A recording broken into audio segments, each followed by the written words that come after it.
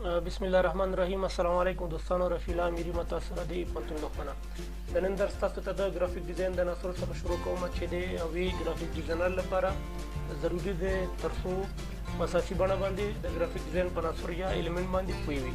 مخکې له دې چې لاړ شو د ګرافیک ډیزاین په اولنی عنصر باندې خبرې شروع کړو دوستانو.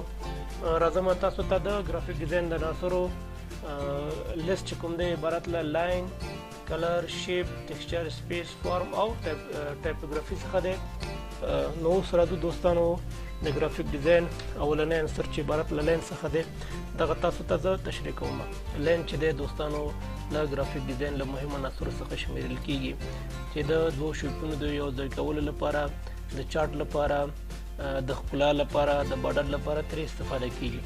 عموما په څو قسمو دی دوستانو، لکه سټرایټ لاین یا سیده لاین. بل قسم چې دی دوستانو ډاټډ لاین دی، لکه نقطه نقطه چې دی. کرف لاین چې کوم دی دوستانو لکه کوک لاینونه او داسې نور لاینونه موږ په ګرافیک ډیزاین کې لرو. د ښه مثال لپاره دوستانو راځم یو څو عکسونه تاسو ته ښیم ترڅو په عملي بڼه باندې تاسو وګورئ چې لاین په کوم ځایونو کې موږ کولی شو ترې استفاده وکړو. دغه عکس ته وګورئ چې د لاین څخه د چارټ په بڼه ترې استفاده شوې. د یو دفتر چې کوم کارمندانو لیست دی او همچنان د کارمندانو چې کوم پوزیشنونو منیجمنټ دی تاسو ته په همدغه لاین په واسطه باندې تاسو ته ښودل شوی دی چې دغه ډیزاین ته یو خاص ښکلا یې وربخلې دوستانو.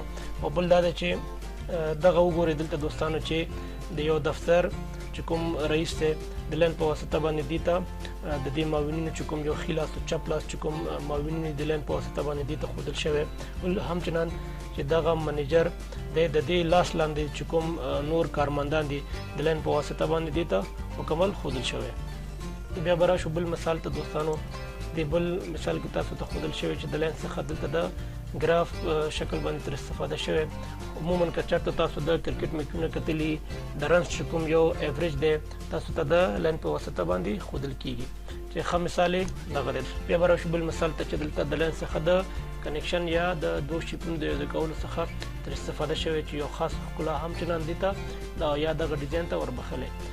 بل د لاین د استفادې څخه دلته یو بیکګراونډ جوړ شوی دوستانو چې ډېر ښایسته یو ښکلا یې دې ته وربخلی.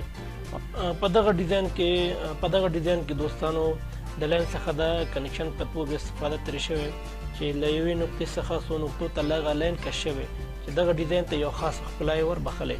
بل دوستانو په دغه عکس کې ګورئ چې د لاین څخه د سپریټر په توګه ترې استفاده شوی چې دوه خطونه سره جلا کړي چې یو خاص ښکلا یې همچنان همدغه پاراګراف ته یا همدغه خطونو ته ورکړی. دا و د ګرافیک ډیزاین اولنی ایلیمنټ چې عبارت له لاین څخه و. د نور ویډیوګانو لپاره دوستانو د ما چینل سبسکرایب کړئ. تر بیا مو په خدای سپارم. ښه وخت ولرئ. الله حافظ.